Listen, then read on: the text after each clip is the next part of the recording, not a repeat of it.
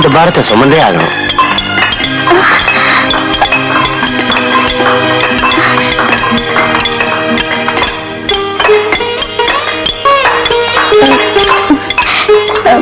வந்து எங்க அப்பா அம்மா வந்திருக்காங்க. எஜமானா? ஐயோ எஜமானே, எஜமானே என்ன இது? என் கண்ணே என்னால நம்ப முடியலையே. நம்பாததையெல்லாம் நம்ப வைக்கிறவன் தானே அந்த ஐயப்பன். அன்னைக்கு வீட்டுக்கு பின்புறம் அந்த பழைய சவர் இடிஞ்சு விழுந்து அதுல அநியாயமா சிக்கிக்கிட்டு ஒரு சாக இருந்தாரு. நீ பூஜை பண்ற அந்த ஐயப்பன் கிட்ட என் மங்களத்தை காப்பாத்தணும்னு வேண்டிக்கிட்டேன். அந்த தெய்வத்தோட கருணையால இவர் படிச்சுக்கிட்டாரு.